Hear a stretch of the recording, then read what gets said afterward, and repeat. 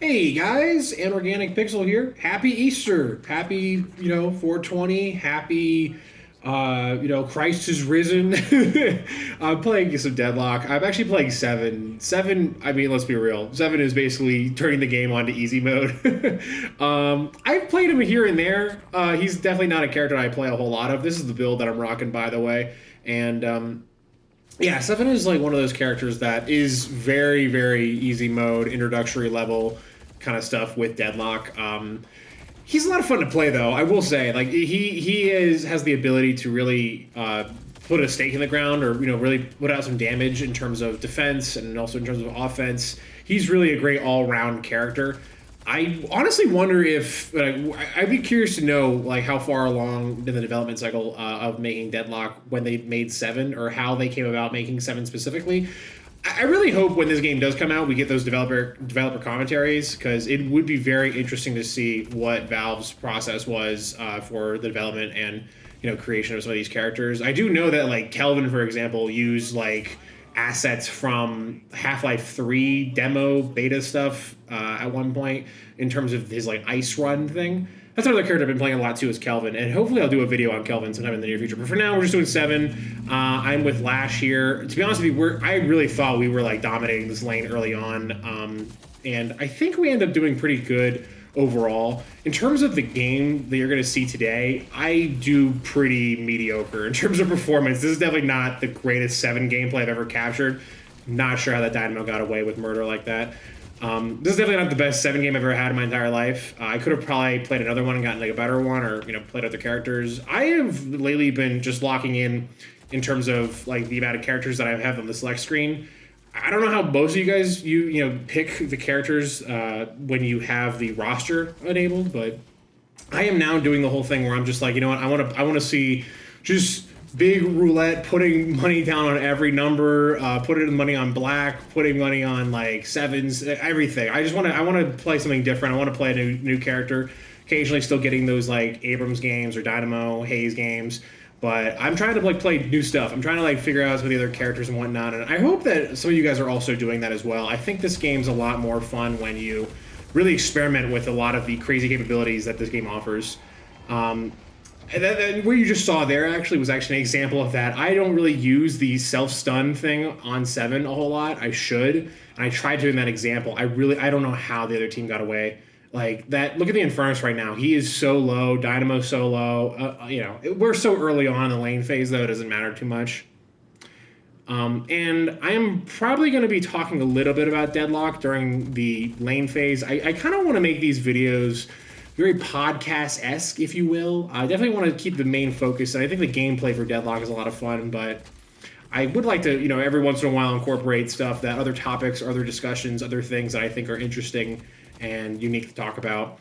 We'll get into that later in the video, though, but for right now, I just want to focus on the lane phase, my thought process here. 7, again, he's just so great offensively, and his ult is also great offensively and defensively as well.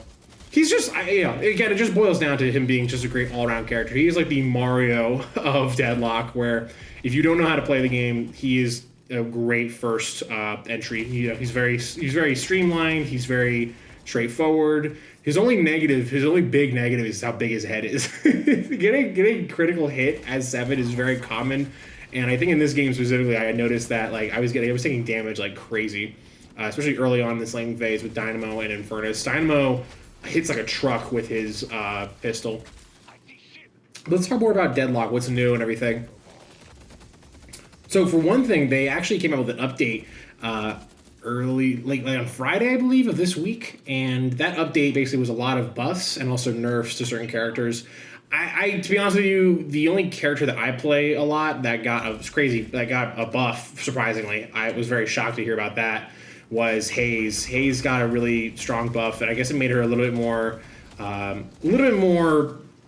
aggressive in terms of like how she could play early on and whatnot. Haze early on is very, very much a glass cannon situation, and I feel like as she scales up throughout the match, she becomes a lot more and more of a threat.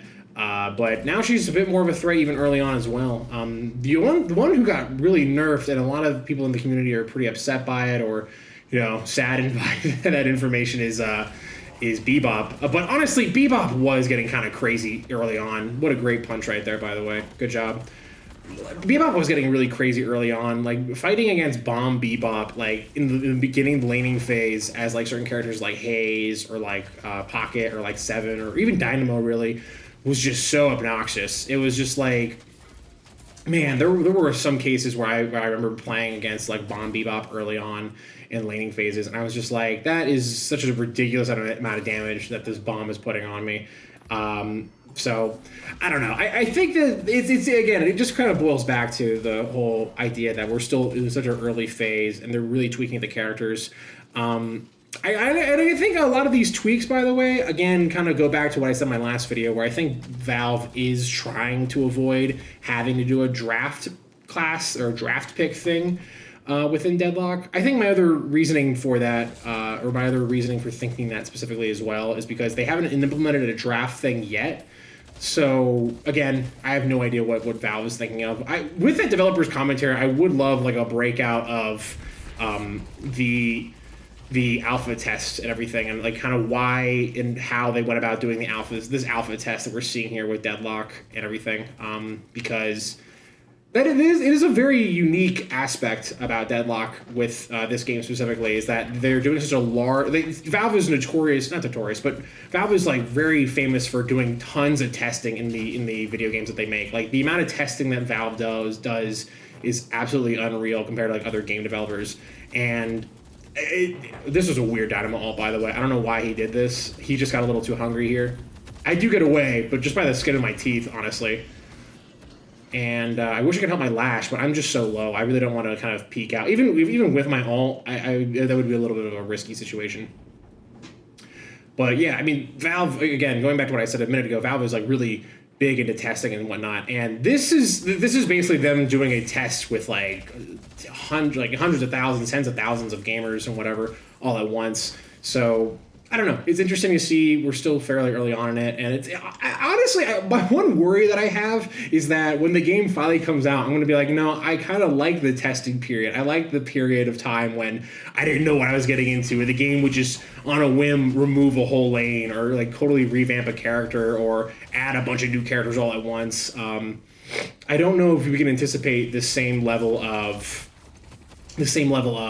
content drip, or I'm not really sure what that content drip will look like when the game fully comes out either. But I've just been really enjoying. It's been so cool to be part of a test within Valve specifically, and I am more excited to learn about what Valve learned from that test and what Valve learned from this kind of phase that they did. As opposed to the actual game finally coming out. I am also excited to see what the final version of this game looks like, but I'm also curious to see what Valve is thinking throughout the whole process as well. So yeah, we're still in this laning phase here and everything. This Dynamo is actually giving me a ton of problems. Dynamo is one of those characters I think people have kind of discovered is actually really crazy. He's actually like a really powerful character. If you put a gun to my head right now and told me to guess what character I think was getting the next nerf, I'd probably say Dynamo, if I'm being totally honest with you.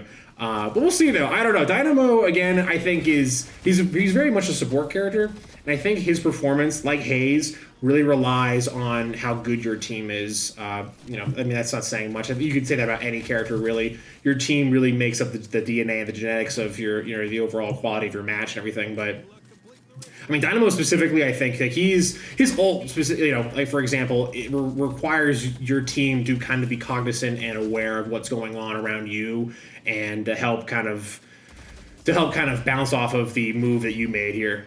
I really almost messed up my ult here because I forgot there's like this awning above the thing there. We got the Infernus.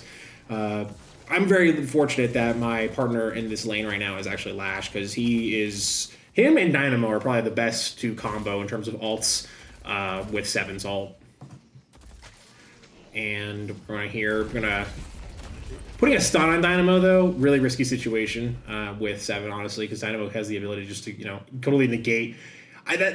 Honestly, that is like my favorite ability within Deadlock, is Dynamo's ability to do his like Atomizer thing, because that allows for a lot of really clutch moves, a lot of clutch like moments, and also allows for a lot of It's a lot stronger than most people give it credit for.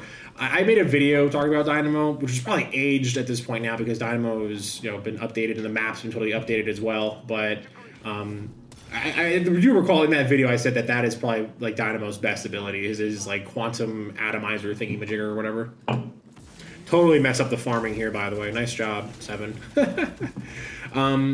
Seven's farming is also a big part of what makes Seven so powerful, his like ability to farm quickly. I've actually been thinking about making a YouTube video talking about little tips and tricks with farming in this game, and I was kind of like debating if I wanted to make that YouTube video, but now I discovered like another part of the map, another little quick tip with farming specifically that I really think might actually get patched out. So I might want to make a video on that sooner rather than later.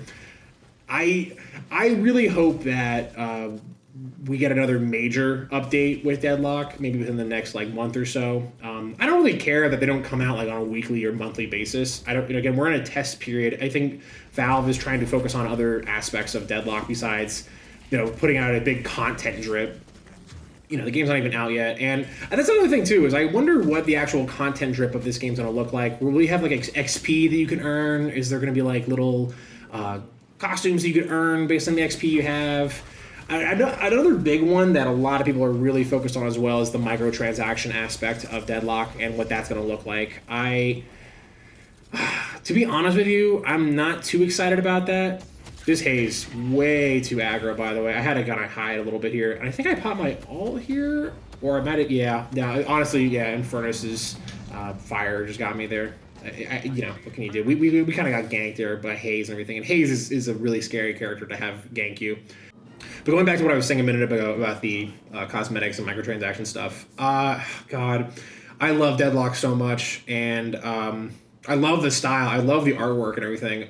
To be honest with you, I really don't want them to add costumes to these characters. I really hope they keep the characters looking as they are for the most part. I think the holiday costumes, I wish we could look at those again for the most part, but I think the holiday costumes were done well enough. But I can imagine like if they do that times 10, you know what I mean? If they have like 10, like if they have like a bunch of different costumes for a bunch of different characters, that can get really hectic and really hard to like visually quick get a read on of what's going on specifically. I really like the default looks for a lot of these characters too, by the way. I think the character design element of this game is one of Deadlock's strongest points. Like Dynamo looks sick, Seven looks sick. I think characters like Talon are very interesting, and I think characters like Yamato, supposedly that's not the final model for her, but I think I talked about this about in the last video. I really love the writing within this game for the characters, but I did not really touch on the design aspect of these characters. I mean, look at Seven for example right now. I love his like cool little rubber dreadlocks that he's got in the back of his like body and head. Like his head is like a crazy shape also. Even like the way he's animated and moves, like his little there's like cartwheels that he does to dash, which makes no sense, but he's just such a cool nimble character. And I think adding a lot of cosmetics, this is kind of what my thought process was in regards to the cosmetics with like Overwatch as well. This Infernus just again gets Lash comboed. What can you do, man? That's how the game's played. Too bad. You should have. Did he have ult there? He probably could have. Nah, he was screwed. He probably best that he didn't use his ult there. Nothing worse than like using your ult than dying and not getting it off. I don't know. We'll see. I wonder if they will actually, if that will be part of the test environment as well as the cosmetic piece. Is the if they actually include like fun little goofy cosmetics, it would be really bad though. Honestly, if it's during the test environment though, we shouldn't have to pay for those yet. That would be crazy to pay microtransactions for like an alpha build of a game, and but we'll see what happens there. One character actually I've been thinking about picking up as of late, and only because I kind of realized like how interesting and how impressive they are in terms of a character, how they work, is Paradox, believe it or not. And the reason I thought about her as of late was because I watched a YouTube video, or I watched a few like gameplays of Paradox. Just to take a step back here, Deadlock, I think, is an amalgamation of different design philosophies and a lot of different character choices and a lot of different like, ways of play that are akin to like other third person shooters. For example, like playing for example, I mean, not to be this might be a crazy thing for me to say, but like Mo Krill is kind of like a mecha third-person shooter. Like the way he plays is similar to like what if you were to play like Mega Assault or something. Like it's very much you're a large, tanky, like crazy, like hulking beast or whatever, and you are being controlled by this like other like smaller entity, and the abilities you have are very focused on crowd control and are very focused on not putting out like immense amount of damage, quickly and fast, but more about like keeping and delaying a fight or moving a fight in a certain direction. Kind of akin to like a Mech Assault game or whatever. I think Paradox is essentially a version of Max Payne, if that makes any sense. She's very time orientated. Her move set is very like built on like positioning and time and landing those shots. Her one ability that blows me away the most, as I thought about this idea more, was her ability, the one where she shoots you and you slow down. That is basically solving the issue of the Max Payne 3, like how to manage the slowdown or time slowdown stuff within Max Payne 3 in a multiplayer environment. I pushed way too hard there. I didn't really realize the Haze was there, honestly. I probably could have survived that if Dynamo had just ulted me and Haze was not there. All right, but I'm not going to talk anymore about Paradox, or I'm not going to talk anymore about characters I have not played. I feel like the laning phase is ending a little bit here, and I might try to mix up the conversations a bit for this video specifically.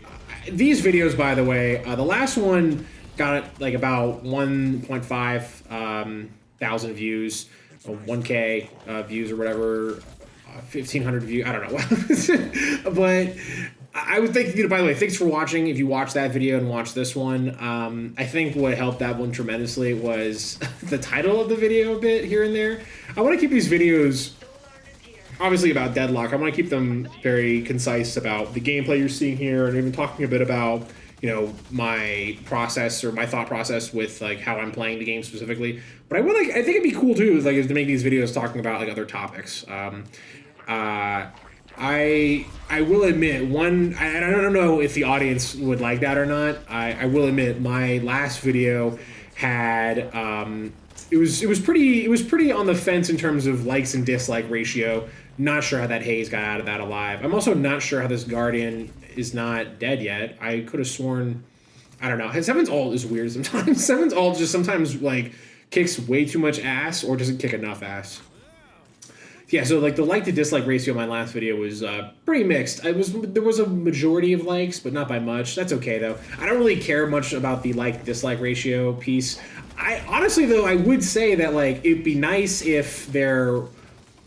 if you dislike the video, that's totally fine with me. I totally understand. But it would be much more beneficial to me as a creator if like there was a way to gauge why they disliked the video. Was it because they felt like the title was misleading? Was it because of the sound of my voice? Was it because of what I was saying? Yeah, so if you dislike this video or my last video, please leave a comment letting me know why. I'm trying to I would like to make this series something that people enjoy. And obviously there are definitely some people that did enjoy the video as well, and what I was saying, what I had to talk about. But if you dislike it, I'm more curious to hear like your thoughts and opinions. I know that sounds crazy. I know like I'm basically just drinking the haterade right there, which is probably not good in the long run, but I am trying to get better at making content or making, YouTube videos or whatever you want to call this little art project that I'm doing here. I would like to get better at making stuff that people really enjoy watching. I know that there are a few things that, like the shorts I make, people really enjoy. I know that some of the video games reviews people have enjoyed in the past as well. I don't know. Basically what I'm trying to get at is I'm trying to learn more about like steering my stuff in a direction that makes it. I'm trying to figure out more or less like what people like and don't like, and for me to do that, I have to hear thoughts and opinions. Essentially, I have to like ask you guys to tell me what you guys think. You know what I mean? And sometimes I will admit, sometimes I really enjoy when someone actually has like good constructive criticism or actually has like really solid thoughts and opinions. But I also really enjoy reading the comments where it's like, I'm not really sure if you actually paid attention or watched the video or actually heard what I was saying in the video or not. I don't know. It's just, I get a kick out of reading comments sometimes or opinions on stuff that I say on the internet where to me it appears that the guy writing that doesn't have great reading comprehension or like comprehension in terms of what I'm discussing and talking about here. Real quick, check out this little aspect of this camp right here. If you hide in this closet, those guys don't shoot you. Something to consider. One of the reasons I want to make a video about how to optimize your farming within this game, there's a lot of weird little tech that exists in not just the movement of this game, but even like little things like farming and whatever. Speaking of movement, it's crazy how no one seemed... I really thought... I was worried when they announced that whole change to movement with the wall bouncing and stuff that there was going to be a lot of issues in terms of, like, you know, that it would like greatly like change the skill ceiling of this game dramatically. But no one seems to have really gone too up in arms about that, which is somewhat impressive. That either tells me a few things. Number one is that it tells me that people are not utilizing the movement as effectively as they could be. Like, they're not using wall bounces enough, or they're not using like slide tech movement mechanics enough or whatever. Love Seven's ability just to stun and like stop a fight. Like, hey, no, shut up. Oh, this Haze, damn, she's like a blender now. With that, this was recorded, by the way, after the big update where like she got buffed. So I think that her buff really made her ult a lot more vicious. So just be cautious of Haze's ult in the future. Yeah, I don't know. As far as movement goes, I think movement, that is one aspect of Deadlock that I love, but it's also another one that I think and I worry about because it could essentially alienate a lot of new players from this game. Learning movement tech in video games can be a bit of a daunting experience for some gamers, and I totally understand why. Because you have basically like relearn physics and how like the movement or the physics of a certain game might be different from one that you're already currently playing. So especially in Deadlock, Deadlock's movement could be at times be considered like really slippery or floaty. Compared to like other games like maybe like Apex Legends or Call of Duty or whatever. I'm just riffing off the top of my head here. And that newest change to movement and everything was interesting because it made wall bouncing like a lot easier. Also eliminated a lot more fun in my opinion as well. Like you could now do some like really crazy double wall bounces and stuff. But yeah, I don't know. People are really more up in arms about the nerfs, which I guess is just because they want to play a specific character. They just want to play Bbop all the time. They just want to like bomb Bbop constantly. What are you gonna do? All right. I think I'm running out of things to talk about with Deadlock specifically, but let's mix it up a little bit. Let's talk about other things. Let's talk about Marathon. Actually. I saw the footage, the gameplay footage. I also saw the... Can't believe we died there, by the way. Again, that just kind of speaks to how crazy Haze is right now in terms of her buff with her ult. No big deal though, Lash. It's, I try to help you there, but I do remember when we were recording this footage, I was calling out to Lash that he was a little far pushed up there, but that's okay. Yeah, let's talk about Marathon a little bit. Marathon looks like an interesting game, and I'm gonna. This is coming from the perspective of someone who does not play extraction shooters at all. I don't think I've ever played an extraction shooter in my entire life. I might have picked up DayZ for like 2 minutes, because I had it on the Xbox Game Pass or whatever. I'm not sure if that's an extraction shooter or not. I don't know what that is really. That's, I guess, my experience with the genre. I know games like Tarkov exist, and I don't know. I know that it is kind of considered a golden child of the extraction shooter genre, and Marathon last week released its kind of gameplay trailer, or its trailer. I really wish I could have actually muted this lizard guy in the game because this Viper the whole game was complaining that we weren't pushing the right objectives at the right time. so they can just invade our jungle at will. Like, shut up. All you do is bitch. Enough. Damn. Like, we need to do better and only call that shit. You have 8 deaths, you fucking goober. Stop, get off the mic. I was getting sold by you. My topic here, I'm just going to go ahead and mute the audio and the video on my end, so that way... I'm probably also going to mute the conversation a bit here. I don't know if anyone wants to hear that. Yeah, but Marathon is essentially the newest extraction shooter that's coming out by Bungie, which I'm really excited about because, number one, that's Bungie, bro. Bungie is, like, goated. They made Halo. They also made Marathon. Yeah, but I guess I was surprised to kind of hear and learn that the wider Twitter sphere that I'm on, or, you know, the side of the internet that I'm on, was just, like, very negative about the look and feel or what they saw from Marathon, and that seems to be where I last, like, you know, left off in terms of that topic from, you know, my socials and everything, what people are at. I guess the big criticism that everyone has is that it's, like, too streamlined, which I really think they're going to eat their words on that. I think anyone who's criticizing the fact that Marathon is too streamlined and that's going to be a problem, that's, in my opinion, that's silly.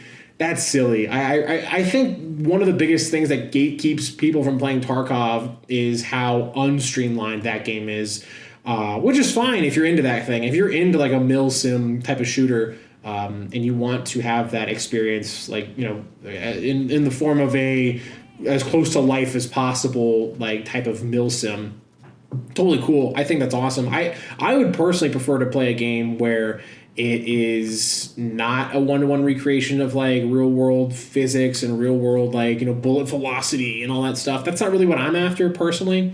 So that's one of the reasons I'm excited for Marathon. I think that it being streamlined and it being, like, straightforward in terms of how its mechanics function, and also its shooting looks pretty solid too. It looks very akin to, like, Halo Reach style shooting, if that makes any sense, if anyone has played Halo Reach enough to know what I'm talking about. But I will say the one thing that I think it's going to be interesting to see if Marathon actually succeeds or not, and I think a big part of that is, number one, I really cannot believe that there are game studios still making multiplayer first focused games. I don't understand the thought process around that specifically because, man, making a multiplayer game, I would feel in terms of the macro economy, in terms of, you know, for gaming or whatever, you are competing with not only the newest multiplayer games that come out, but you're also competing with old ones like TF2 that still have a very valid population. Counter-Strike that still has a very valid population. Games like, you know, and even the other multiplayer games that people are still playing. People are still playing, for example, like the original Call of Duty 3, Black Ops 3 and stuff. People are still playing, like, the new, like, you know, Battlefield and stuff like that. So makes me wonder, like, I don't know what is incentivizing game companies to keep going from that well, because isn't there, like, a dwindling population? Isn't there like, you're basically trying to fight for a slice of pie that is the audience that's playing multiplayer games at any given moment, basically fighting for a smaller and smaller slice of that pie, are you not? So I think it's crazy that Bungie's making another multiplayer focused only shooter type game here, and I do remember the Viper in this situation, by the way, was upset that I didn't use my ult against a fully loaded Shiv there, but I don't know, whatever. It's at a certain point I don't know what else I could do to help. I don't know. I personally, if you put a gun to my head right now and told me to make a video game, I would probably not go with a multiplayer focused game. I'd probably try to do a single player focused game, because I feel like that's where the money's at in the long run. Like, there are so many case studies or stories where, you know, if this is a multiplayer focused game that is just dead on arrival. See Concord, see games like, I don't know, there's so many of them that I don't even know the names of them anymore. They're all, because they all vanished within a week after launching or whatever. Concord's a great example, though. But I if I was to make a fully played, like, if I was to make a video game, why not do a single player one? Because at the end of the day, you're always going to have an audience for who wants to maybe buy your game to play this single player experience. There's never going to be a case where you're playing a single player focused game where you can't play it because no one else is playing it, unlike a multiplayer focused game. So that's one thing. There's no single player to Marathon as far as I'm aware. And I guess we're moving away from that more and more as time goes on from these like big studio companies. Multiplayer seems to be the biggest focus. I personally feel like that, in the long run is a problem, but this is coming from a guy who doesn't even work in the gaming industry. So what the hell do I really know? I don't know the macroeconomics of that. And I also don't really know, what goes on in those boardroom meetings. I think my biggest criticism with Marathon right now is the visual look for it. Concord, oh my god, I keep calling it Concord. That's not good. Is that an omen for things to come? Marathon's visual style right now looks, I don't know how to describe it, but it looks very flat. It looks a little too flat and also like washed out for me to really appreciate it.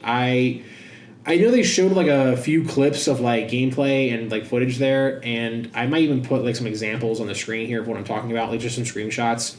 But I can't see what's going on too well in this game. I also don't know if I really like the visual aesthetic of what they're going for here, where it's like this is like a cybernetic post-apocalyptic future world or whatever. It looks like it doesn't really have an identity, which that's just my opinion based off the gameplay footage. And that's really my biggest criticism with that game. I feel like staring at that game for hours and hours on end is going to get exhausting. And I think that's because it doesn't really have like a visual identity. It also doesn't, I don't know if it really has an identity in terms of its like style and in terms of its like gameplay that makes it totally unique or makes it its own thing.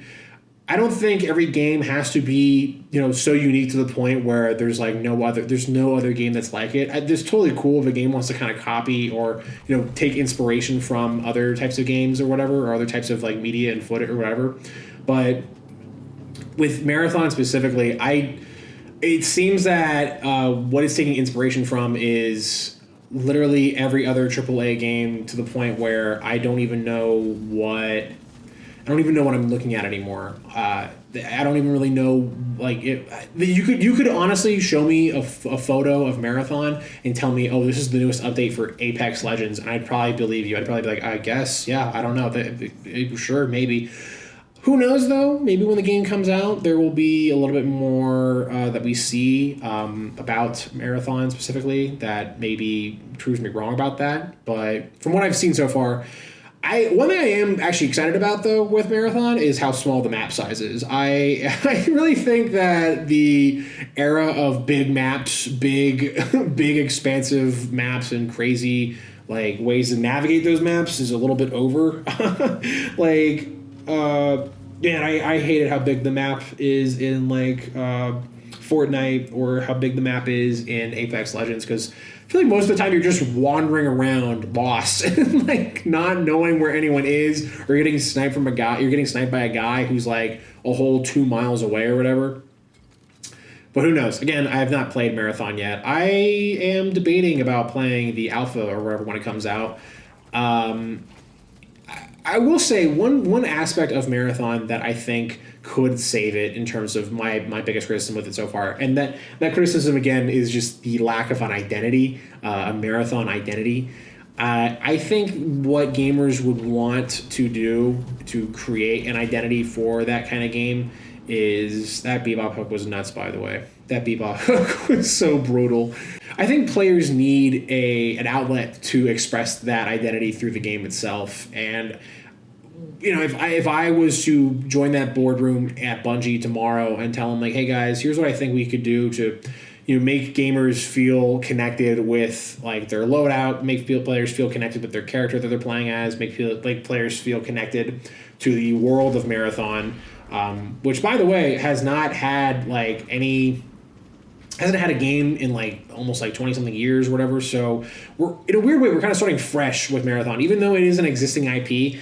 we are, kind of starting fresh a bit in terms of how people recognize that game. I would do two things. Either number one, I would try to make a single player experience or some kind of experience where there is a single player element to it, where you're not having to fight up against other players or whatever, where you can kind of have your own environment where you can kind of experience the game at your own pace, the marathon experience at your own pace.